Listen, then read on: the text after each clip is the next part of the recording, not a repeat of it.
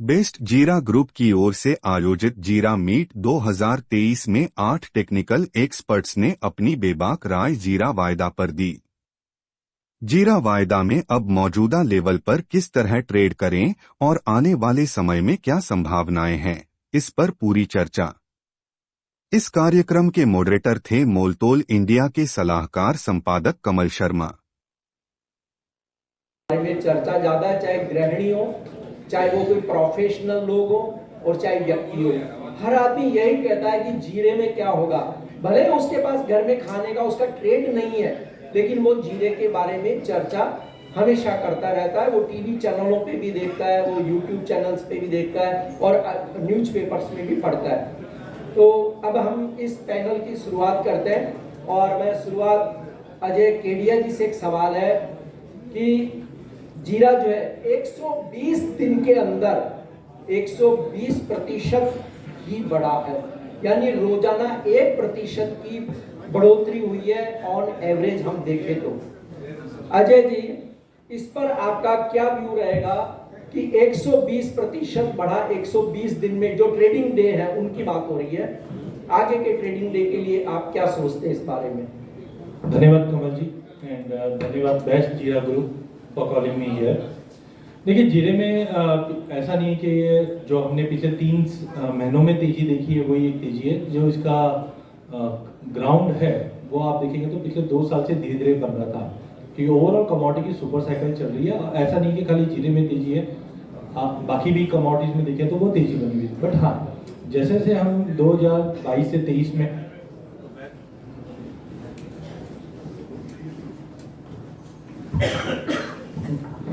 जैसे जैसे 2022 से 23 के अंदर आए तो यहाँ पे काफ़ी चीज़ें जो इनलाइन होनी चाहिए थी उसके बाद चेंजेस आए। खास करके अगर हम जीरे की बात करें तो उम्मीद थी कि ये फसल अच्छी रहेगी, बट वेदर डिस्टर्बेंस जो हमने मार्च अप्रैल में देखा उसकी वजह से उतारों में काफ़ी कमी थी। कोविड के बाद जो होरेका इंडस्ट्री की डिमांड थी वो रिसेशन में चेंज होती गई, लेकिन धीरे धीरे चीज़ें कमोडिटी की डिमांड वापस बढ़ती गई। तो मुझे लगता है कि ये जो पूरा समावेश था वो पिछले साल से ही सभी कमोडिटीज में बना, चाहे हम वेदर की बात करें, प्रोडक्शन की। रुपए ने भी काफ़ी अच्छा सपोर्ट किया इंडिया को। आज हम रुपए को लगभग 82, 60, 70 के करीब देख रहे हैं। तो सभी चीज़ समीकरण अच्छे थे जिसकी वजह से तेजी है। हाँ, हमारा भी मानना था कि जीरे में अच्छी तेजी रहेगी, बट हम समझते थे कि 40-44 का जो रेंज है वो एक काफ़ी स्टेबल रेंज होगा। बट कभी भी कोई कमोडिटी में जब हवा बनती है तो कुछ और वॉलिटिलिटी बढ़ जाती है, जिसके चलते हमने अभी प्राइजेस को लगभग 58,000 का लेवल भी क्रॉस करते हुए देखे। फंडामेंटल अभी भी मुझे लग रहा है थोड़ी स्टेबल जरूर है, बट एक कॉशियस रिव्यू होना बहुत जरूरी है। कोई भी कमोडिटी की एक साइकिल होती है। दिनेश सोमानी जी, जीरे का जो चार्ट है वो सीजन की शुरुआत में किस तरह का व्यू दिखा रहा था? क्योंकि पहले ये था कि ये फसल शायद 70 लाख बैग्स के आसपास होगी, फिर जैसे जैसे मौसम ने करवट ली और ये अनुमान धीरे धीरे कम होते गए। पर जब हम सीजन की शुरुआत यानी लगभग 1 फरवरी को गिने तो उस समय चार्ट पे क्या व्यू दिख रहा था? आपको लग रहा था कि यह मंजिल 30 जून तक लगभग जो है मतलब 58,000, 59,000 के आसपास पहुंच जाएगी? जी नमस्कार दोस्तों, सर्वप्रथम मैं साजन भाई, अजय भाई और सारे जो ऑर्गेनाइजर्स हैं उन्हें तहे दिल से धन्यवाद देना चाहता हूं कि आपने इतना मान सम्मान दिया, यहाँ बुलाया, आमंत्रित किया और बहुत बहुत आपका धन्यवाद। जो आपका प्रश्न है कमल जी की क्या आपको चार्ट पर भी लग रहा था कि मार्च के बाद ऐसी तेजी आएगी क्या? मुझे निश्चित रूप से 100% कतई 1% भी मुझे डाउट नहीं था कि इसमें तेजी की कोई संभावना नहीं है करके। मतलब 29,200 मुझे लग रहा था बहुत ही बढ़िया बेस लेवल है और मुझे कम से कम 48,600 ये कम से कम टारगेट लग रहा था। और नॉर्मली मेरे जितने भी इंटरव्यूज हुए, मीडिया अपीयरेंसेस मेरे जो थे, मैंने उसमें भी मुझे जब पूछा गया कि शॉर्ट सेल किस रेट पे करना, तो मैंने उस समय भी यही कहा था कि 48,600 पे उस समय की टर्म्स कंडीशन देखकर हम ये विचार कर सकते हैं कि शॉर्ट सेल करना या नहीं करना। I was not bold, not efficient कि इसमें शॉर्ट सेल ही करना चाहिए। मार्केट अभी भी मुझे अच्छा ही लगता है, कोई ऐसी दिक्कत नहीं लगती बाजारों में, फंडामेंटल स्टेबल है, एक्सपोर्ट भले कम हो बट डोमेस्टिक ग्राहकी बहुत अच्छी है। यानी नहीं, वो टारगेट की भी बात होगी, यानी शॉर्ट सेल न करें। जी टारगेट पर आऊंगा मैं नेक्स्ट सेशन में। में। हाँ नहीं, वो अगले सेशन में, पर आपने जो भी कहा बिल्कुल। मुझे स्थिति अच्छी दिख रही है। हालांकि मैंने भी इस पे डायलॉग लिखा था, लेकिन कोई भी ऐसा न करे, बिजली के नंगे तार छू लेना लेकिन जीरा शॉर्ट सेल मत करना। पर कोई भी तार मत छूना बिना प्लग निकाले हो। जैसे आपने बताया सर, मैंने भी जो सब काफी लोगों की पसंदीदा एक्ट्रेस होगी उन्हीं से भी मैंने रिक्वेस्ट करवाई थी कि शॉर्ट फिल्म मत कराया। और भूपेश जी, आपसे सवाल है कि आपने उदयपुर में जो फीस की मीटिंग हुई थी उस समय आपने जीरे में तेजी का एक अच्छा टारगेट दिया था और आपने खुलकर कहा था कि जीरे में मुझे बुलिश ट्रेंड दिखाई दे रहा है, यहाँ से कोई मंदी के चांस नहीं है। और ये साल भी हम देखें तो काफी अच्छा ट्रेंड जा रहा है। आपको आकलन पिछले साल कैसे आया कि जीरे में लगातार तेजी रहेगी? क्या ये बुल रन जैसी आपको स्थिति नजर आ रही थी, या आपने कोई और तकनीक से इस चीज को आपने दोहराया था? जी नमस्कार सर, सबसे पहले सभी का अभिनंदन। यहाँ उपस्थित जो भी जीरे के ट्रेडर और व्यापारी वर्ग के लोग बता रहे हैं, जीरे में FISS की मीट में मैंने सबसे पहले बोला था कि जीरा हीरा बनेगा नहीं, कोहिनूर बनेगा। और आज भी मैं उस बात को बार बार रिपीट करता रहता हूँ कि जीरा वास्तव में कोहिनूर है और अभी बना रहेगा। और जैसे ही जीरा 25,800 के भाव क्रॉस किया, वैसे ही हमने 33,500 के टारगेट मुंबई की मीटिंग में सजेस्ट किए थे।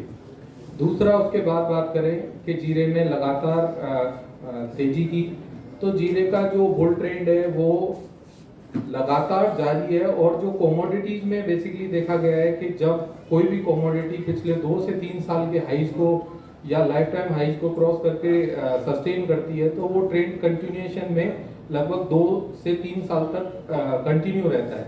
वैसा ही जीरे में मुझे दिख रहा था, और वही लगातार मीडिया चैनल्स पे, चाहे वो CNBC है, चाहे वो ET नाउ स्वदेश है, सब पर लगातार मैंने तेजी की सलाह दी है। कहीं भी बार बार ये सजेस्ट किया है दर्शकों को और व्यापारियों को कि कृपया जीरे में शॉर्ट सेल ना करें, क्योंकि जीरा एक ऐसी कमोडिटी है जो कि बुल ट्रेंड का सबसे अच्छा उदाहरण है। किसी भी नए चार्टिस्ट को अगर कोई बुल ट्रेंड का अच्छा उदाहरण देखना है तो वो जीरे की कमोडिटी से सीखना चाहिए कि जीरा एक बुल ट्रेंड की कमोडिटी है, और इसमें हर डिप पर आज की तारीख में भी बाय ऑन डिप्स का मार्केट है ये। और मैं आज भी सजेस्ट करता हूं कि कृपया जीरा कोई भी इंट्राडे में अपनी बढ़ास निकालने के हिसाब से कोई शॉर्ट करता है, वो एक अलग बात है, परंतु उसको कैरी ना करके लेके जाएं बिल्कुल भी। कमल जी, आपको क्या कम उत्पादन, घरेलू एक्सपोर्ट की भी बातें हुई, डिमांड हुई, पब्लिक सेंटीमेंट भी थे इसके अंदर, तो कितना असर डाला इन सब घटनाक्रम ने चार्ट के ऊपर? और चार्ट में आप क्या चेंजेस दिखाई दिया कि जब लोगों ने कहा कि एक्सपोर्ट भी बहुत अच्छा है, प्रोडक्शन काफी कम है, और पब्लिक सेंटीमेंट एकदम तेजी का था?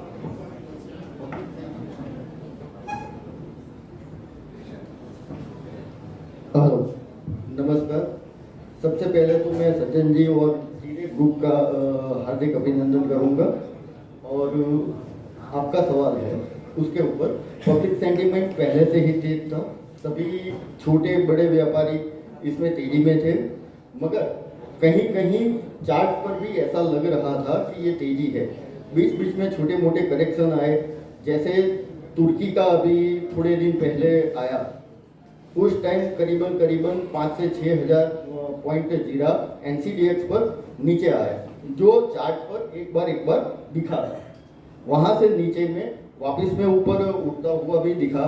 जो चार्ट पर दिख जाता है वो बाद में बनता है कोई भी न्यूज, और वो बाद में आता है, ऐसा मेरा मानना है। मनोज जी, अगर हम ये बात करें, जैसे लोग चर्चा करते हैं कि गोल्ड में पिछले 15 साल से, 20 साल से या 12 साल जो भी सबका है कि बुल रन चल रहा है, जीरे में कितने टाइम बुल रन रहेगा? नमस्कार। सबसे पहले तो सज्जन जी और बेस्ट जीरा ग्रुप का बहुत बहुत आभार यहाँ आमंत्रित करने के लिए।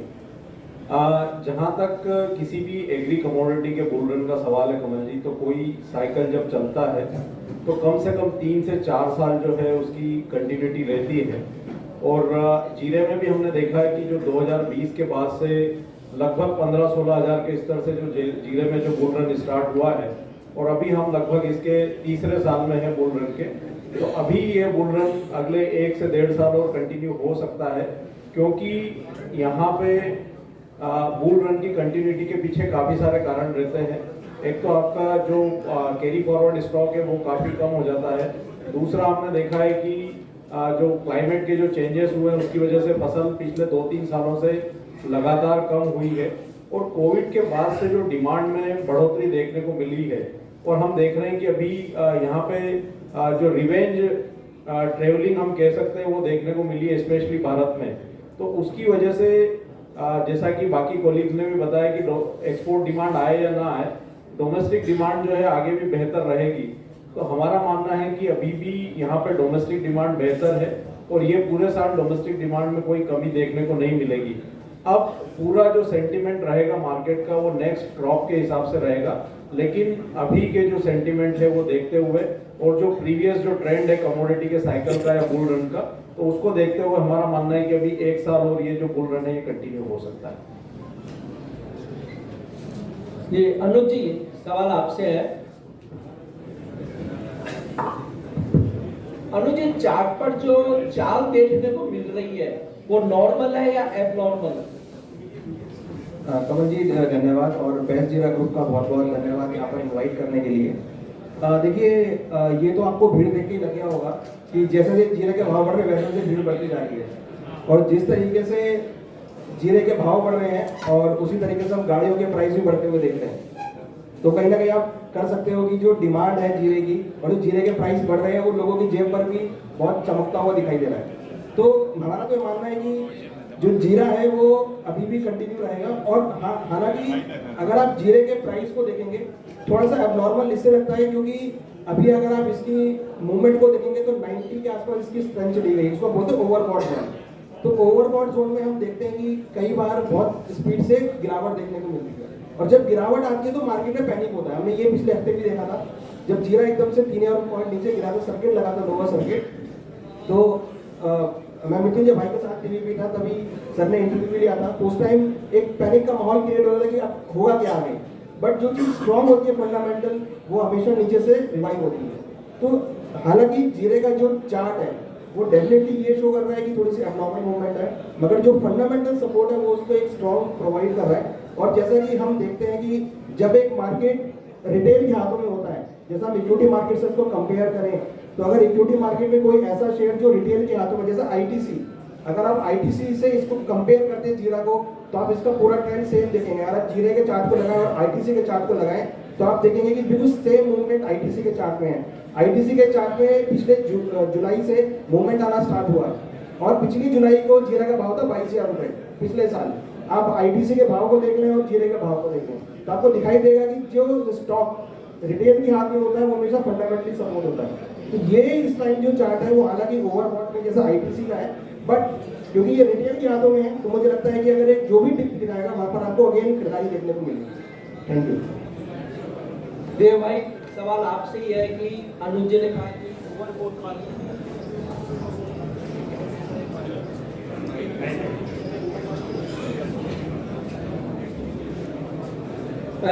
देव भाई अनुज जी ने कहा ओवरबॉट वाली बात, तो उस पर आप भी चार्ट देखते हैं और फंडामेंटल एनालिसिस भी आप करते हैं, तो क्या आपको लगता है कि अभी ओवरबॉट कंप्लीट नहीं हुआ है, ये केवल खरीदी है, या ओवरबॉट वाली स्थिति किस लेवल पर जाकर के आपको दिखती है कि वहाँ ओवरबॉट आप कहेंगे कि कंप्लीट हुआ है, अब मतलब सावधान रहना चाहिए? धन्यवाद जीरा ग्रुप का मुझे यहाँ इन्वाइट करने के लिए। कमल जी, आप जो पूछ रहे हैं किसी भी चीज़ में मेरे हिसाब से तेजी जो बनती है ना, पहले फंडामेंटल के आधार पे ही बनती है। टेक्निकल जो होता है ना तो आपको एंट्री एग्जिट करा सकता है, बाकी अगर कोई चीज़ की क्रॉप कम है या कैरी ओवर स्टॉक नहीं है तो फिर उसमें तेजी निश्चित होती है। इससे पहले भी हम काफ़ी चीज़ों में ये चीज़ देख चुके हैं। कुछ साल पहले आपने देखा होगा तो सोयाबीन सीड में भी यही चीज़ हुई थी, कैरी ओवर स्टॉक नहीं था, सामने डिमांड बढ़िया थी, इसीलिए सोयाबीन सीड के रेट भी अपने अप्रत्याशित देखे हुए हैं। अब जहाँ तक नई क्रॉप आने में अभी टाइम है जीरा में, उस हिसाब से देखने जाए तो मतलब चार्ट्स पे क्या होता है सर, करेक्शन तो छोटे मोटे आते रहते हैं, और जिस हिसाब से कमोडिटी के रेट हैं उस हिसाब से आप काउंट करोगे तो अभी देखिए जो 5500 की चीज़ है उसमें 6% आप काउंट करोगे तो 250-300 रुपये में कंप्लीट हो जाएगा। अब वही चीज़ अगर 57,000 चल रही है तो उसमें वो करेक्शन आपको 3,000 रुपये का दिखेगा। मेरे हिसाब से सर कोई डरने वाली बात नहीं है, क्योंकि अभी नई क्रॉप आने में टाइम बहुत बड़ा है। बाकी देखिए चार्ट्स पे तो देखो रेजिस्टेंस बनेंगे, कहीं पे प्रॉफिट बुकिंग सब एक सोच रख के बैठते हैं, किसी को 60,000 आने पे बेचना है, किसी को 55,000 में प्रॉफिट बुक करना है। बाकी देखिए सर मेरे हिसाब से एंट्री एग्जिट चार्ट पे टेक्निकल करा सकते हैं। अगर किसी चीज के फंडामेंटल रियल में मजबूत है तो फिर उस चीज में ज्यादा पैनिक नहीं रहता या ज्यादा टाइम नहीं रहता पैनिक। कर्नल अजय जी आपसे सवाल है सर। देखिए बाकी जो भी सदस्य हैं वो सीधे चार्ट देख करके अपनी अनुमान जताते हैं, अपनी भविष्यवाणी करते हैं और वो पूरे हमेशा टेक्निकल पे जुड़े रहते हैं। आपका ध्यान जो है एस्ट्रो पे ज़्यादा है। किस ग्रह ने ऐसी भूमिका निभाई कि जीरा नई हाई पर पहुंचा? हेलो बेस्ट जीरा ग्रुप के सभी पदाधिकारी, एपीएमसी ऊंझा के चेयरमैन साहब, सजन भाई, गोयल साहब और मेरे सभी प्यारे दर्शक बंधुओं, मैं आप लोगों के लिए आया हूँ। जो सब पीछे सबसे बैठा व्यक्ति है मैं उसके लिए सबसे पहले आया हूँ। कमल जी आपने बहुत सवाल शानदार पूछा है। मैक्रो और माइक्रो मैं इकोनॉमिक्स का स्टूडेंट हूँ, गोल्ड मेडलिस्ट हूँ इकोनॉमिक्स का और एमबीए फाइनेंस का भी गोल्ड मेडलिस्ट हूँ। एक ट्रेंड होते हैं, एक मैक्रो ट्रेंड होता है, एक माइक्रो ट्रेंड होता है। मैक्रो ट्रेंड यदि आप देखें तो वो कम से कम 42 महीनों का माना जाता है और वो उसको जो आपने सवाल पूछा है उसका भी जवाब दूंगा, लेकिन ये तो मुझे सवाल का जवाब हुआ है कि परमाणु बम का फार्मूला मैं आपको पब्लिकली बताऊं, लेकिन मैं हिंट जरूर दूंगा क्योंकि ग्रेन एशिया करके एक इंटरनेशनल मैगजीन है। मैंने अपने चैनल पे लगभग 1.5 साल पहले जब जीरे को कोई बहुत ज़्यादा लोग नहीं पूछ रहे थे उस वक्त भी मैंने कहा था जीरा बनेगा हीरा, वो अभी भी आज भी है, उस पर करीबन 2.5 लाख व्यू हैं। इससे पहले जब सर आप सीधे सवाल पे आइए, वो क्योंकि हर चैनल को देखने वाले मैं सर आपसे एक बात कहना, जी बिजनेस, सीएनबीसी, पीटी, आज तक सब चैनल को लाखों लोग देखते हैं। आप सर सीधा बताएं किस ग्रह ने, क्योंकि हमारे पास समय नहीं है। ऐसा है जी, ऐसा है कि जो भी पैनलिस्ट है उसको जब तक 3 से 4 मिनट नहीं मिलेंगे वो अपनी बात सर और क्वेश्चन के लिए मिलेंगे। बिल्कुल। अजय जी एक प्लीज हाउस में मेरी रिक्वेस्ट है, आप लोग जब डिस्कशन होता है तो पीछे आप आवाज मत कीजिए, क्योंकि आप लोगों को भी मैंने मजा नहीं आएगा इस मीटिंग का। अगर कोई किसी को बात अर्जेंट हो, किसी का मोबाइल आया हो तो प्लीज बाहर जाके बात करें, प्लीज। बेसिक कंसेप्ट है, यदि आप 42 मंथ का यदि आप चार्ट देखें तो आपको मैक्रो साइकिल नजर आएगा, वो एक पर्टिकुलर ग्रह से रिलेटेड है। और जब आप माइक्रो इकोनॉमिक्स में जाएंगे तो उसके छोटे छोटे जो ग्रह हैं वो उसके ऊपर छोटे छोटे ट्रेंड डिसाइड करते हैं। अब एक बड़ा सवाल ये है कि जो 42 मंथ का जो साइकिल पहला कब खत्म हो रहा है? वो पहला खत्म हो रहा है अगस्त के मध्य में। अगस्त नोट कीजिए, मोबाइल सबके पास है, नोट कीजिए। अगस्त के मध्य में 5-7 दिन आगे पीछे वो साइकिल, एक माइक्रो साइकिल जो है वो खत्म होगा, उसके बाद में दूसरा माइक्रो साइकिल चलेगा। और अक्सर ये होता है कि जब ओवरलैपिंग होती है, जैसे चाहे ऋतुओं का हो चाहे सीजन्स का हो, तो ओवरलैपिंग में हमेशा प्रॉब्लम होती है और उस वक्त ही आदमी इंसान बीमार जल्दी पड़ जाता है, या मौसम बदली होते हैं या ट्रेन बदली होते हैं। तो ये अगस्त महीने का 2023 का आप नोट करें, एक माइक्रो साइकिल जो है वो चेंज होगा। और उस वक्त जीरे के अंदर जो तेजी में बैठे हुए हैं, क्योंकि तेजी और मंदी होना या ना होना एक अलग बात है, लेकिन जब तक उसको टाइम फ्रेम में यदि आप स्पेसिफाइड नहीं करेंगे कब, उस एनालिसिस का कोई फायदा नहीं। टाइम फ्रेम बहुत महत्वपूर्ण है। दूसरी चीज मेरा यही कहना है कि ग्रह 9 है, आपस में कॉम्बिनेशंस हैं, 27 नक्षत्र हैं, उनका आपसी कॉम्बिनेशन है। और यदि हम जीरे के ऊपर देखें तो जीरे के लिए 4 ग्रह सबसे महत्वपूर्ण माने जाएंगे। सबसे पहले शुक्र है, वायु तत्व है, अग्नि तत्व है, कॉम्बिनेशन बनाइए, बहुत सारे आपको नजर आएंगे। और मैंने अक्सर देखा कि जो हमारी भारतीय पद्धति है, इंडियन सिस्टम ऑफ एनालिसिस, वो लगभग सभी पद्धतियों पर अपना स्थान बेहतर रखती है, क्योंकि टाइम फ्रेम सिर्फ और सिर्फ उसी में आता है जो अक्सर 90% से अधिक सत्य साबित होता है। और मेरी यही उम्मीद है कि जो आप लोगों ने नोट किया होगा, और ईश्वर करे आप सब बहुत बहुत पैसा कमाएं, लेकिन टाइम का ख्याल रखिएगा। दिनेश सोमानी जी, सवाल आपसे कि टेक्निकल जानने वाले जो चार्टिस्ट है वो ये कहते हैं कि हमें फंडामेंटल से कोई लेना देना नहीं होता है, और आप फंडामेंटल भी देखते हैं क्योंकि मैंने आपकी कई रिपोर्ट्स पढ़ी है। ये बताइए कि फंडामेंटल का इस बार टेक्निकल चार्ट पे कितना असर देखने को मिला?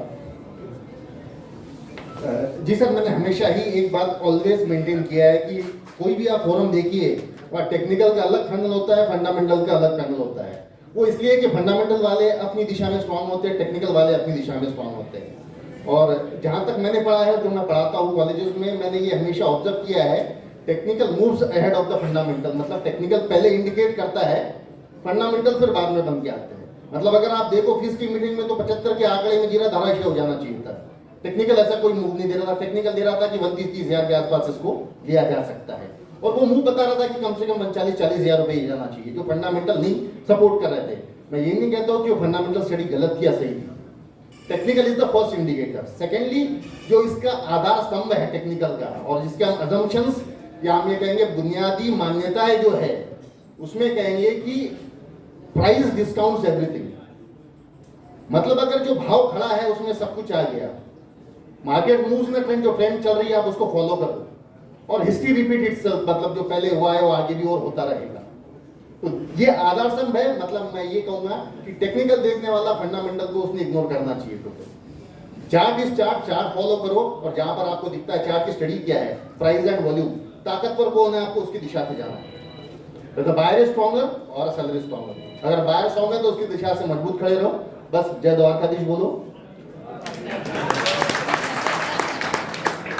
केडिया जी, सवाल आपसे कि देखिए एक्सचेंज ने बायर और सेलर पर लगभग बराबर मार्जिन लगा रखे हैं, और अभी पिछला जो एडिशनल मार्जिन आया उसमें भी बराबर था, और सेलर जबकि पिट रहा है, उसकी पूंजी बहुत ज्यादा लग रही है।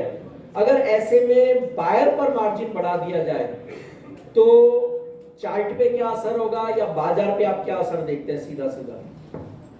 देखिए, टेक्निकल एंड फंडामेंटल दोनों हैंड इन हैंड जरूर चलते हैं। जैसे दिनेश जी ने भी कहा और अजय जी ने कहा, टेक्निकल से हम आगे का फोरकास्ट भी कर सकते हैं, जैसे टाइम फिबोनाची बता सकते हैं। लेकिन कमिंग ऑन मार्जिन का, तो पहला जब भी मार्जिन बढ़ता है एज पर एक्सचेंज, हम ज़्यादा करके अभी देख रहे हैं कि बायर एंड सेलर दोनों पे बढ़ता है। लेकिन जब भी बायर एंड सेलर पे दोनों पे बढ़ता है तो एक चीज़ ध्यान रखिए, मार्केट का ट्रेंड जब तेजी का होता है तो बायर डेफिनेटली उसमें एक गेन करता है, बिकॉज ऑलरेडी एमटेम उसके पास आया हुआ है और ये मार्केट फेवर करता है। हाँ, टेक्निकली अगर हम उसको साथ अगर जोड़ के देखते हैं तो एक तरह का शॉर्ट कवरिंग किया, ओपन इंटरेस्ट एनालिसिस करते हैं तो एक पता चलता है कि और ज़्यादा सीवियर शॉर्ट कवरिंग कितनी आ सकती है, उसको क्वांटिफाई किया जा सकता है।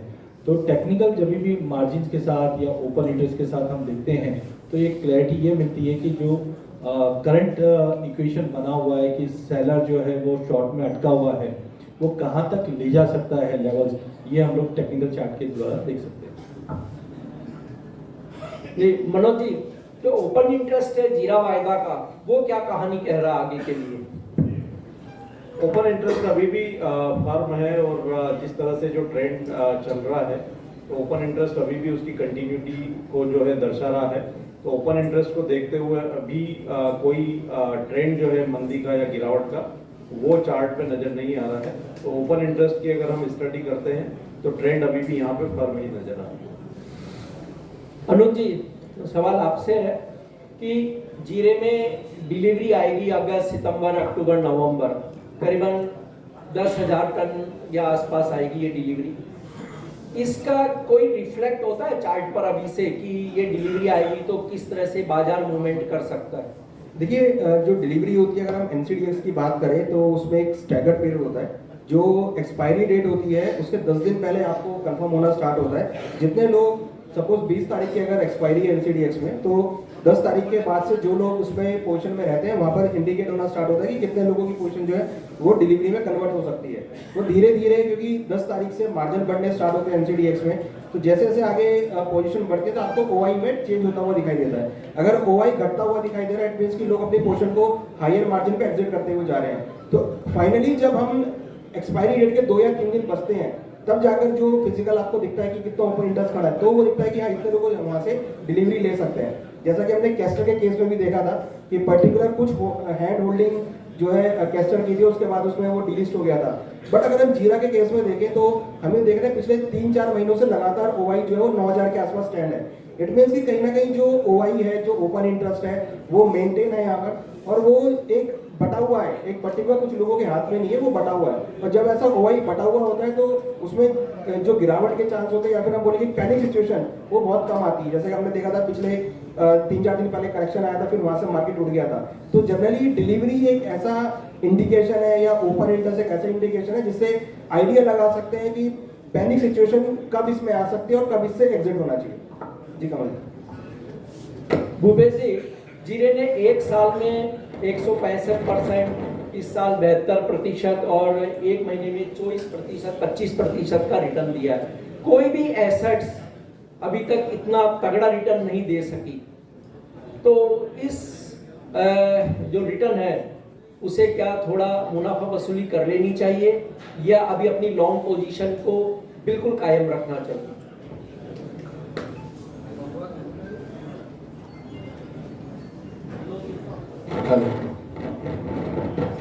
मैं तो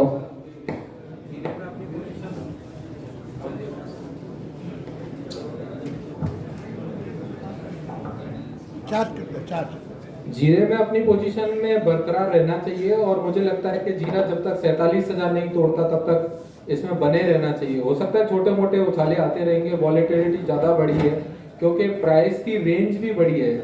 आज के 2 साल पहले देखें तो 20,000 का जीरा था, अभी 60,000 का जीरा हो गया।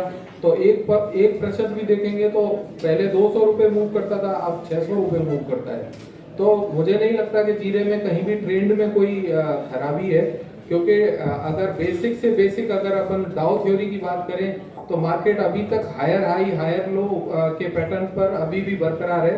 कहीं भी ट्रेंड में कोई डिस्ट्रक्शन नहीं हुआ, चार्ट स्ट्रक्चर अभी तक पॉजिटिव बना हुआ है।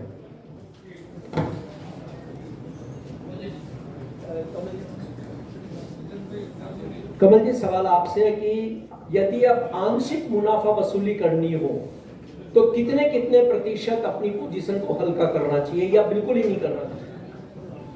आंशिक मुनाफा वसूली करनी हो तो कहीं पे भी आप कर सकते हो, वो आपकी मर्जी है। क्योंकि मुनाफा घर लाओ वो अच्छा है, फिर बाद में ऐसा हो जाता है, कई बार देखा है कि 1 लाख रुपये गवार गम का भाव सीधा ही 3,000-4,000 देखने को भी मिला है। तो जैसे जैसे मुनाफा आप करते जाओगे वो अपने घर में आता जाएगा। अजय जी, सवाल आपसे है कि जो अभी ये एक्सपोर्टर के हिसाब से है खासकर कि डॉलर और रुपए का जो संबंध है उसका पूरे ट्रेड पे क्या असर होगा आने वाले दिनों में? कमल जी, बहुत शानदार सवाल किया आपने। डॉलर और रुपी, देखिए डॉलर रुपी का जो बैलेंसिंग है, जिसे बैलेंस ऑफ ट्रेड कहते हैं अंग्रेजी में, यदि क्योंकि हमारे देश के अंदर जो इंपोर्ट है वो एक्सपोर्ट से ज़्यादा है, और यही वजह है कि बैलेंस ऑफ ट्रेड के अंदर जब तक हमारा एक्सपोर्ट ज़्यादा नहीं होगा इंपोर्ट से, हमारे रुपी की वैल्यू नहीं बन पाएगी। लेकिन एक्सपोर्टर्स जो नेट एक्सपोर्टिंग कमोडिटीज़ हैं, जैसे मसाले जो हमारे स्पाइसेस हैं, इसमें सौंफ भी शामिल है, आपके जीरा भी है, काली मिर्च भी है, इलायची भी है। तो रुपी यदि कमज़ोर होगा अगेंस्ट डॉलर तो एक्सपोर्टर्स को फ़ायदा पहुंचने की उम्मीद बेहतर बनेगी। और यही मेरा कहना है कि आप डॉलर रुपी के ऊपर भी आप थोड़ा सा ध्यान रखें। और यदि रुपये कमज़ोर हो रहा है तो हमारे एक्सपोर्टर्स को फ़ायदा है और उसमें कुछ जो फ्लक्चुएशन, जो थोड़ी मामूली फ्लक्चुएशंस हैं, उन फ्लक्चुएशंस को वो ओवर रूल करेगा। साथ साथ मैंने आप लोगों को एक और कहना चाहता हूँ कि आप सिर्फ जीरे की तरफ मत देखिए। यदि आपने लहसुन देखा है 4 गुना दाम हुआ है 2 महीने में, आप सौंफ देखें, अजवाइन देखें, क्योंकि स्पाइसेस का जो पूरा पैक चलेगा तो सब बराबर चलेंगे, लेकिन यदि किसी के अंदर 200% तेजी आ गई है या 150% तेजी आ गई है तो उसमें खतरा बढ़ जाएगा। और उस जिसके अंदर 30% तेजी आई है, सौंफ के अंदर यदि जो व्यापारी बैठे हैं एक हफ्ते के अंदर 20-20, 25-25% सौंफ में तेजी आई है। अजवाइन की स्थिति है। तो आप लोगों को यही कहना है कि अगस्त के मध्य के आसपास धीरे धीरे आप अपना मुनाफा बुक करें और उसके अंदर शिफ्ट करें। जैसे आपका सवाल है रुपी वर्सेस डॉलर, इसी तरह से money market versus capital market है। यदि कैपिटल मार्केट अप जा रहा है तो मनी मार्केट नीचे जाएगा, और मनी मार्केट अप जा रहा है तो कैपिटल मार्केट ऊपर जाएगा। तो जब आपका हाईएस्ट लेवल पे आ जाता है तो वस्तु आप चयन करिए और उसके अंदर अपना धीरे धीरे 10-10% पैसा निकाल के दूसरे में शिफ्ट करते चले जाइए। आप दोनों जगह पैसा बनाएंगे। लेकिन मैं आपकी बात से इत्तेफाक रखता हूँ कि गवार 1 लाख रुपए का भी भाव था, लेकिन वो भाव मैं देखिए आपकी फीलिंग को हर्ट नहीं करना चाहता हूँ, लेकिन मैं आपको एक बहुत जिम्मेदारी से एक बात कहना चाहता हूँ। वो कमोडिटी जो कि उत्पादन कम है और कुछ चंद लोगों के हाथ में है, तो वो चंद लोग किसी भी कीमत पे उसको बढ़ा देते हैं, घटा देते हैं। उसमें ना आपका डिमांड एंड सप्लाई का रोल होता है, वो उसका कोई रोल नहीं होता। जीरा है, जीरे की दाम जब भी बढ़े हैं या घटे हैं, जैसे बीच में भी 30% गिरा था, एकदम से डिमांड में कमी आ गई, विदेशी जीरा आ गया, टर्की का आ गया, अब चाइना का आ रहा है। पॉइंट ये है कि आपकी जो एक्सपोर्ट की जो है वो आंकड़े आपके काम नहीं कर रहे हैं, फिर रेट क्यों बढ़ रहे हैं? तो इसका मतलब यही है कि खपत के अंदर 3 साल के अंदर 3 गुना 4 गुना कोई खपत नहीं बढ़ी है। 1 चम्मच डलता है दाल के अंदर। मेरा आप लोगों को यही सलाह है कि मुनाफा मिलता है तो खा लो भाई। पेड़ पे आम पक चुका है, उस आम तो तोड़ लो, नहीं तो फिर सारे गिरेंगे हवा के अंदर और उसके बाद किसी को कुछ नहीं मिलेगा। जी अजय जी, बहुत बहुत धन्यवाद। देव भाई, सवाल आपसे है कि इस तरह के जो उतार चढ़ाव बाजार में हो रहे हैं, क्या वो एक स्वस्थ बाजार की निशानी है या नहीं? सर, स्वस्थ बाजार का जो आप पूछ रहे हो, क्योंकि मार्केट में अभी सर जिस हिसाब से रेट है जीरा के, उसमें नॉर्मल ट्रेडर तो रहा नहीं, और जो छोटे ट्रेडर है वो इतना मार्जिन भर के ट्रेड कर नहीं पाते। और ज्यादातर आपको भी पता है कि मतलब मार्केट भाई सभी थोड़े शांत रहे, क्योंकि हम देव भाई की भी बात को उतना अच्छे से नहीं सुन पा रहे हैं। और मैं आपको बता दूं, इसके बाद सवाल केवल वही होगा कि अगले प्राइस टारगेट क्या होंगे। इसलिए आप शांति रखें, आप कहीं चूक जाओ, बाद में बोलो कि केडिया जी ने क्या बोला या मनोज जी ने क्या बोला या दिनेश भाई सोमानी जी क्या बोले, भाव हमें पता नहीं चला। प्लीज शांति रखें, प्लीज शांति। सर, जब किसी चीज के रेट अप्रत्याशित हो जाते हैं ना, तो उसमें मतलब ट्रेड में पार्टिसिपेट करने वाले पब्लिक कम हो जाती है, क्योंकि हर कोई के बस की बात नहीं है सर 600 रुपए के जीरे में माल लेना या बेचना। नई क्रॉप में जिस हिसाब से अभी टाइम पड़ा है, शॉर्ट सेल का भी किसी का मन नहीं है, क्योंकि शॉर्ट सेल करने वालों ने जितना ने किया वो मतलब आपको भी पता है उनका क्या हाल हुआ है। इसलिए नया शॉर्ट सेलर कोई है नहीं। बाकी मुनाफा वसूली की जहाँ तक बात है सर, वो तो देखिए सबका अपना अपना मन होता है। कोई मतलब 50 रुपए में खुश हो जाता है, या किसी को 60 रुपए भी कम लग रहे हैं, किसी की अपेक्षा अभी भी 80,000 रुपए जीने की भी है। तो वो तो मतलब सबकी अपनी अपनी सोच है। बाकी जो जितना रिस्क ले सकता है उस हिसाब से सर ट्रेड कर सकता है मेरे हिसाब से। अनुज जी, सवाल अब आपसे है कि शॉर्ट टर्म में जीरा किस प्राइस टारगेट को छुएगा? देखिए, अभी तो 58,000 के आसपास चल रहा है, अभी 60 का घर नहीं तोड़ा है इसने। मुझे लगता है कि मैक्सिमम ये 62,000 तक ये जीरा जाना चाहिए, क्योंकि जिस तरीके से रुपये डॉलर की सिचुएशन बनी हुई है और जिस तरीके से हम देख रहे हैं कि एक जो बैलेंस शीट है वो थोड़ी सी अभी भी टाइट चल रही है, तो उसके बेस पर मुझे लगता है कि 62,000 मैक्सिमम लेवल जो है वो आपको आता हुआ दिखाई देगा। और हो सकता है कि फिर अगस्त के बाद से आपको थोड़ी बहुत उसमें प्रॉफिटेबल आती हुई दिखाई देगी। मैं लॉन्ग टर्म के सवाल पे आऊंगा, पहले शॉर्ट टर्म आपका। देखिए, शॉर्ट टर्म मुझे लगता है कि मैक्सिमम 62,000 तक ये जो है कॉन्ट्रैक्ट जाना चाहिए। देव भाई, शॉर्ट टर्म में आपका टारगेट? सर देखिए, मैंने जब 48,500 या 49,000 चल रहा था ना, तभी मैंने एक ग्रुप में लिखा था कि भाई यहाँ से प्रॉफिट बुकिंग आ सकती है। अभी आप देखो ना, तो जो 60,400 से 61,200 इस रेंज में मेरे हिसाब से सेलिंग आनी चाहिए। ये रेंज इसकी शॉर्ट टर्म लग रही है। 60,400 पे एक बार बढ़िया प्रॉफिट बुकिंग मुझे लगती है। सोमानी जी, शॉर्ट टर्म के टारगेट आपके? कमल जी, शॉर्ट टर्म कहना बहुत मुनासिब नहीं होगा। शॉर्ट टर्म बोल तो 1-2 घंटे की बात होगी है, तो मैं आज कुछ कहूँ कल कुछ हो जाए, ये कहना मेरे लिए मुनासिब नहीं होगा। कोई अगर लॉन्ग टर्म टारगेट है, मैं वो देना ज्यादा पसंद करूंगा। नहीं, शॉर्ट टर्म मतलब 15 दिन या महीना भर भी आप मान सकते हैं। लॉन्ग टर्म तो हम मतलब दिसंबर तक है। सर, मंडे 6% लगता है, ट्यूसडे 6% नीचे का लगता है, वेडनेसडे 6% ऊपर का लगता है। 15,000 की तेजी मंदी एक हफ्ते में होती है सर। इसमें शॉर्ट टर्म लॉन्ग टर्म वाली बात नहीं बनेगी। व्यू बेस्ड ट्रेडिंग ज्यादा काम करेगी, व्यू बेस्ड टारगेट ज्यादा अच्छे से काम करेगी। ये मेरा ध्यान है। मे बी रॉन्ग, पर शॉर्ट टर्म जो देव भाई का टारगेट है 60,400 हो सकता है, से रेजिस्टेंस बने, थोड़ा नीचे आए, but that is not my view. My view is for long term. Bhupesh ji, आप क्या कहेंगे इस पर शॉर्ट टर्म पर? शॉर्ट टर्म में जीरा 53,500 नहीं टूटना चाहिए और अप साइड में 63,500। कर्नल जी, आपका क्या शॉर्ट टर्म जवाब होना चाहिए? कमल जी, आपने बहुत अच्छा सवाल पूछा है। मैं आपको यही कहूंगा कि टाइम फ्रेम देखो। सर, अगस्त महीने के प्रथम सप्ताह के बाद यदि आपके पास लॉन्ग पोजीशंस हैं तो आगे वाले महीने को शॉर्ट जरूर कर लेना, हेज जरूर कर लेना, और जहां आप कंफर्टेबल हो वहां आप निकल जाए। केडिया जी, आप क्या कहेंगे शॉर्ट टर्म के लिए?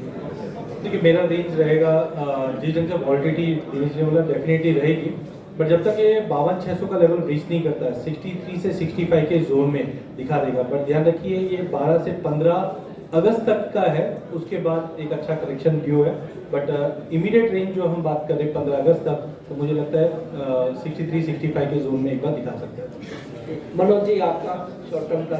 कमल जी, शॉर्ट टर्म में अभी जो चार्ट में पैटर्न बना हुआ है उसको देखते हुए लग रहा है कि 61,500 जो है वो इस तरह एक बार शॉर्ट टर्म में देखने को मिलेगा। फिर वहां से एक हल्की मुनाफा वसूली जो है इसमें देखने को मिल सकती है। कमल जी, आपका शॉर्ट टर्म का? 609 से 611 लगभग मतलब 60 से 62,000 की अपन कह सकते हैं कि ये एक रेंज रहेगी। और कमल जी, अब आपसे इधर से सवाल है, लॉन्ग टर्म के लिए आप क्या सोचते हैं? 642 से 699। मनोज जी, आप? लॉन्ग टर्म जो इसका चार्ट काउंट है और जो हायर टॉप हायर बॉटम को अगर हम स्टडी करें और जो इसके वेव्स की स्टडी करें, तो 66,000 से 66,600 जो है लॉन्ग टर्म में एक बार इसका टारगेट दिखता है। तो जो बड़ा रेजिस्टेंस इसमें बनेगा वो 66,000 से 66,600 की रेंज में बनता हुआ नजर आएगा। केडिया जी, आपका टारगेट? मनोज जी ने जैसे वेव्स की बात की, तो मुझे लगता है 15 अगस्त के आसपास का जो भी टॉप बनना है वो इमीडिएटली बन जाएगा। उसके बाद सितंबर अक्टूबर सोइंग की कहानी रहेगी, जो नीचे में मुझे लगता है कि प्राइजेस वापस 48 से 50 के बीच में जाएगा। बट जो भी तेजी है वो ऑलमोस्ट मुझे लग रहा है कि अगस्त एंड तक, उसके बाद जीरा स्टेबल हो जाएगा, जो नीचे में मुझे लगता है कि अगले 6 महीने में भी 42 से 44 के जोन में वापस आता हुआ दिखाई देगा। एक मिनट केडिया जी, ये जो 6 महीने आपने कही, ये 31 अगस्त के बाद है या अगस्त मध्य से कहीं? देखिए, सबसे इम्पोर्टेंट जो अभी तक हमने पहले वाले पैनल में बात की या आगे फंडामेंटल, उसमें रहेगा सोइंग। जिस दिन से भाव बढ़े हैं तो सोइंग की जो अटकलें लगने लग जाएगी वो 15-20 तारीख से ही पहले से लगने लग जाएगी। तो उससे पहले जो भाव बनने हैं वो ऑलमोस्ट टॉप बन जाएंगे। सेकेंडली, जो हमने एक्सपोर्ट की सिचुएशन देखी है और मनी मार्केट की जो कंसर्न देखेंगे, उसके बाद मुझे लगता है कि सितंबर में आगे क्रॉप है, सोइंग है, उसके से दबाव लेगा, लेकिन नवंबर दिसंबर में पानी कम है, उसकी वजह से वापस सपोर्ट करेगा, तो प्राइसेस 48-50 के आसपास रहेगा। बट अल्टीमेटली एक चीज पकड़ के चलो, ये भाव में कोई भी जीरा स्टॉक नहीं करने वाला है। हाँ, कोई 50% फॉल या क्रैश भी नहीं आएगा मार्केट में, क्योंकि शॉर्टेज हमारे पास मार्च तक बनी हुई है। तो कुल मिलाकर मार्केट जो टॉप बना हुआ है, यहाँ से ये स्टीम आउट होता हुआ दिखाई देगा। हाँ, बीच बीच में जैसे रमजान की डिमांड निकल गई, वेदर का कंसर्न है, तो वो सब चलता रहेगा, लेकिन आगे जाके ये उतरान पे ही रहेगा भाव। जो बेस मैं देख रहा हूँ टेक्निकली, वो 42,000 से 44,000 के बीच में रहेगा। क्रैश जैसी सिचुएशन मत पकड़िए कि यार 60 का सीधा ये अभी 25 आ जाएगा, 30 आ जाएगा, बिकॉज मार्च से पहले जब तक माल नहीं आएगा, माल कैसा आएगा पानी के लेवल पे इंपॉर्टेंट करेगा, क्योंकि इस बार मानसून अल नीनो की वजह से खरीफ पे जो इम्पैक्ट किया है वो अलग चीज है, बट रबी पे उससे ज्यादा इम्पैक्ट करेगा। तो सोइंग कितनी है वो एक इंपॉर्टेंट रहेगा। तो मुझे लगता है कि अगस्त जो है वो ऑलमोस्ट टॉप करता हुआ दिखाई देगा, सितंबर से धीरे धीरे उतार पे रहेगा, थोड़ा थोड़ा बाउंस रहेगा, बट अल्टीमेटली 6 महीने में 40 to 44 के जोन में आता हुआ दिखता है। यानी 1 सितंबर से माने कि डाउन ट्रेंड धीरे धीरे शुरू होगा उसमें। बिल्कुल। और ये चीज जैसे अजय जी ने एस्ट्रोलॉजिकली बताया, मैं एक टूल बता के रखता हूँ, टाइम फिबोनाची, और ये मैंने काफी टाइम मेरे चार्ट पे यूज किया था। गवार के लिए मैंने अक्टूबर में कहा था कि ये टाइम जोन चेंज करेगा और मार्केट स्पाइक करेगा, तो हमने उसी चीज को अभी जीरे पे भी अगर आप देखेंगे तो इनके एस्ट्रो के हिसाब से, लेकिन मेरे टाइम के हिसाब से अगर फिबोनाची देखूं मैं, तो बिल्कुल ये अगस्त मिड से टाइम जोन चेंज होता हुआ दिखता है, जो ये नहीं बोल रहा कि क्रैश करेगा, बट ये बोल रहा है कि जो तेजी आई है वो अब कंसोलिडेट में चली जाएगी। तो थोड़ा अगस्त के बाद संभल के ट्रेड कीजिए, हाथ में माल नहीं रहे या जितना रखना है संभाल सकते हैं उतना ही जीरा रखना चाहिए। कर्नल जी, सवाल आपसे इसमें ऐसा है कि आपने कहा कि 15 अगस्त के बाद डाउन ट्रेंड दिखाई देगा, कुछ ऐसी घटनाएं घटेगी। सर उस ग्रह का नाम बता दो, उसकी शांति पूजा करवा दे हम। देखिए कमल जी, शांति पूजा से यदि हो सके तो राजा महाराजा कभी मरते ही नहीं, अडानी को नुकसान होता ही नहीं।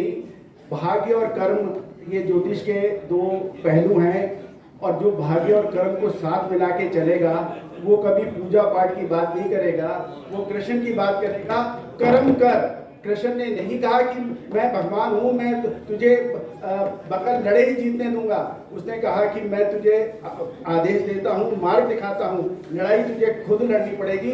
तो ग्रह शांति से कुछ नहीं होगा। मैं एक और मानसून पे अपडेट देना चाहता हूँ, बहुत महत्वपूर्ण है, जो सभी बंधु एग्रो से संबंधित हैं। अल नीनो का जो इफेक्ट है वो खरीफ और रबी पे दोनों बराबर पड़ेगा, लेकिन जो अर्ली सोइंग है विशेषकर रबी की, वो रबी की जो अर्ली सोइंग है वो बेहतर होगी, वो बेटर होगी।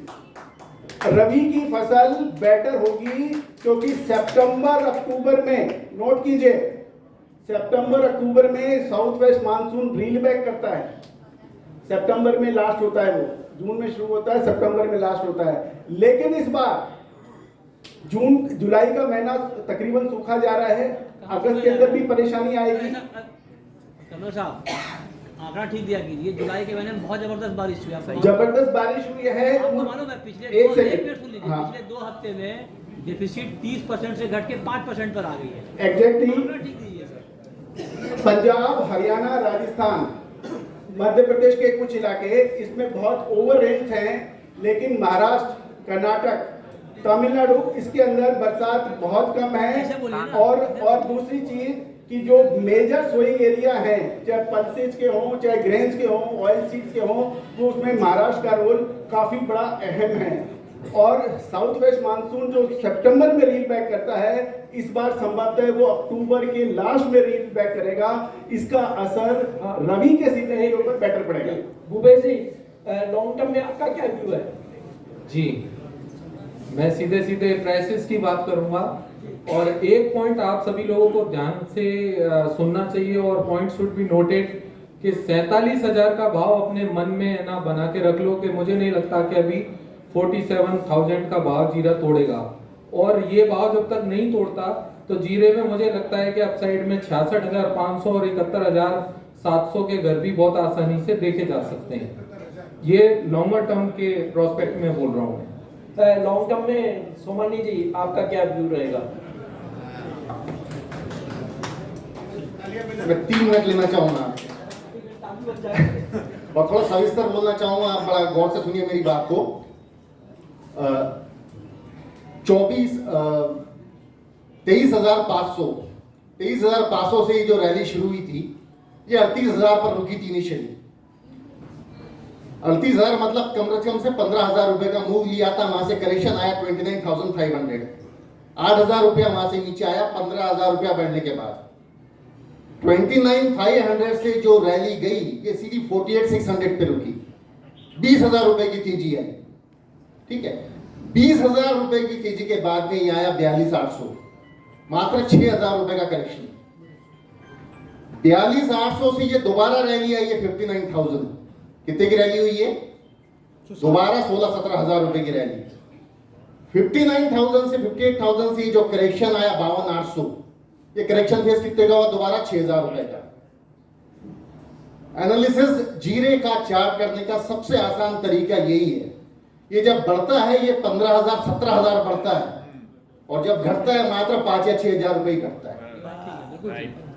रिसेंटली इसका ये 6,000 रुपए का करेक्शन खत्म हुआ है। मतलब जो 52,800 या 53,365 का जो लो इसने बनाया, यहां से कितनी तेजी होनी चाहिए? 15,000 रुपए की तेजी इसमें कायदे से होनी चाहिए। मतलब कम से कम इसका जो नियर टर्म टारगेट बनता है, ये बनता है 68,700 रुपए का।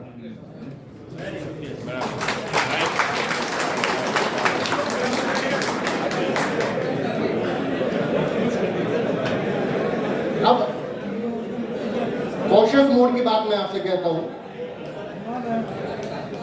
29,500 से जो रैली डबल हुई वो हुई 58,800।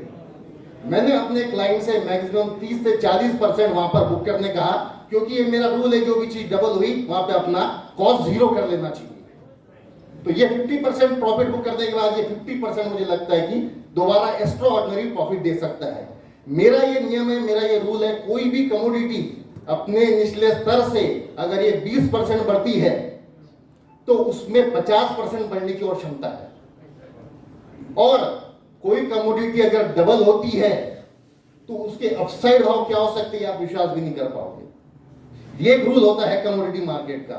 तो 68,700 ये प्रॉफिट बुकिंग लेवल है। आप अपने ट्रेलिंग स्टॉप लॉसेस आगे आगे बढ़ाते रहो और नए टारगेट के लिए आप इंतजार कर दो। कोई अगर मैं फिस के सेमिनार में अगर कह देता कि 8,500 तो शायद मेरी बात को यकीन नहीं करता। इनिशियली अभी अगस्त महीने की जो बात कर रहे हैं वहां तक ये टारगेट 40 दिन काफी है। 2,000 रुपए पर डे की एवरेज पकड़ लो तो काफी हो जाता है। तो मुझे लगता है 68,700 पे आप मुनाफा वसूली कर सकते हो। लेने का भाव अगर कोई डिप मिलता है तो बहुत ही शानदार तरीका रहेगा। जो डिप की लेवल मुझे लगती है 55,500, 56,200 या 57,000, यहां लेवल पे अगर कहीं डिप मिलता है तो खरीदारी करने का मौका जरूर दे चुके। और जिसे लगता है कि रिस्क से इश्क है, करंट भाव पे भी ले सकते हैं। Thank you. देव भाई, आपका लॉन्ग टर्म में टारगेट क्या है?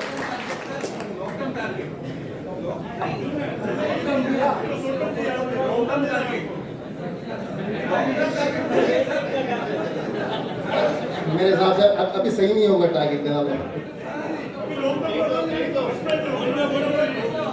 पहले एक बात जो बोला बेहतर वाला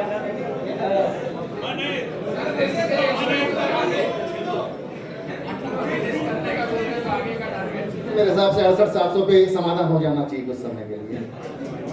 देव भाई, आपका टारगेट क्या रहेगा? तो जैसा कि मैंने पहले कहा 60,400 से 61,200 एक प्रॉफिट बुकिंग रेंज मुझे लग रही है। लेकिन जैसे दिनेश ने कहा उनकी बात बिल्कुल सही है। किसी चीज में अगर बुल रन चल रहा है ना तो फिर मतलब उसमें मंदी सोचनी क्यों है। मेरे हिसाब से जीरा 55,100 रुपए का बढ़िया बेस बन गया। इसके नीचे जब तक ना जाए पोजीशन छोड़नी नहीं चाहिए, जो रिस्क ले सकते हैं। जिस दिन 55,000 के नीचे 2 बार क्लोज दे दे उस दिन अपनी पोजीशन काट लेनी चाहिए। बाकी मेरे हिसाब से अगर देखने जाए ना चार्ट पे तो 61,800 के ऊपर अगर जीरा क्लोज देता है ना तो सिंगल टारगेट 67,400 मेरा बन रहा है। उसके ऊपर नया सोचेंगे। अब तक अभी वहां तक ही बोल पाऊंगा सर। अनुज जी, आपका लॉन्ग टर्म टारगेट क्या होगा? कमल जी, मुझे लगता है कि 62,000 से लेकर 65,000 के बीच जीरा आ सकता है। और यहाँ पर ये ध्यान रखना जरूरी है क्योंकि जो टेक्निकल चार्ट है वो ओवरबॉट में है। तो कहीं ऐसा ना हो कि जैसे हमने 48-44-100 का स्टॉक किया था तुरंत हिंडनबर्ग की रिपोर्ट आ गई थी। ऐसा ना हो कि 65,000-68,000 के कोई हिंडनबर्ग की रिपोर्ट आ जाए, तो उसके लिए भी तैयार रहना चाहिए। और मेरा ये मानना है कि 60,000 के ऊपर, क्योंकि हम इसको कंटिन्यूस रैली देख रहे हैं, एक साल में ऑलमोस्ट डबल हो चुका है, तो मुझे लगता है कि स्टॉक के अंदर, इस पर्टिकुलर कमोडिटी के अंदर 60,000-62,000 के ऊपर प्रॉफिट बुकिंग स्टार्ट करनी चाहिए। जिनके पास पोजीशन है वो अपना प्रॉफिट बुक करते रहे, क्योंकि ये एक ऐसे लेवल पर पहुंच चुकी है जहां पर एक, अगर हम होता है कि एक टॉप पे जब हम खड़े होते हैं तो वहां पर धक्का देकर को सीधा नीचे आता है। तो इसलिए वो ध्यान में रखना चाहिए, क्योंकि जैसे अदानी के स्टॉक में हमने देखा 4400 सीधा स्टॉक आ गया था 1,100 रुपए। तो कहीं ऐसा ना हो। तो मेरी एडवाइस ये है कि आप जीरे में जरूर बने रहें, मगर अपनी पोजीशन में प्रॉफिट बुक जरूर करते रहें। और जो ये प्रॉफिट आता है, देखिए यहाँ पर मैं आपको एक डाइवर्सिफिकेशन की बात बताता हूँ। अगर आपको प्रॉफिट बुक कर रहे हैं आप जीरे का, ठीक है, तो आप अपने पोर्टफोलियो को डाइवर्सिफाई कीजिए, क्योंकि हालांकि ये कमोडिटी का शो है, बट मैं ये कहना चाहूँ डाइवर्सिफाई कहाँ करेंगे। भारत के अंदर डिफेंस स्टॉक बहुत चल रहे हैं, और जैसा इस बजट के अंदर आया तो मेरे हिसाब से इंडियन इक्विटी मार्केट का जो एक ट्रेंड है वो आगे बहुत पॉजिटिव है। तो जो आपको जीरे में प्रॉफिट मिले उसको घर लेके जाएं, एंजॉय करें और अपने पोर्टफोलियो को इक्विटी में डाइवर्सिफाई करें, जिससे कि आपका जो पोर्टफोलियो है वो जीरे का जो प्रॉफिट है वो अगर जीरे से नहीं भी मिला तो आपको इक्विटी से मिलता हुआ दिखाई देगा। Thank you very much. एक अब ये अंतिम सवाल है 3 व्यक्तियों से है। दिनेश जी, शुरुआत आपसे है कि 10 तारीख यानी सोमवार से नया सप्ताह शुरू हो रहा है और 5 वर्किंग डे है, क्या करें इसमें जीरे में? निश्चित रूप से कोई डाउट नहीं, खरीद करके ही चलना है, इसमें कोई डाउट नहीं है, बेचना नहीं है। ठीक है, मुकेश जी आप? तो जीरे में खरीद कर व्यापार करना चाहिए, और कहीं भी डिप मिलता है तो और अच्छी बात है, नहीं तो खरीद कर ही व्यापार करना चाहिए। केडिया जी आप क्या कहेंगे इसमें?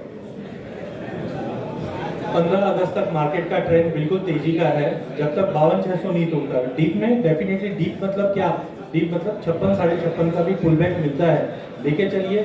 बट ये ध्यान रखिए 63 से 65 का जो जोन है वो आपको अगस्त तक है। और अगले हफ्ते की बात करें तो अगले हफ्ते का बताइए। अगले हफ्ते में तो अभी भी बाइंग का ही सिनेरियो है।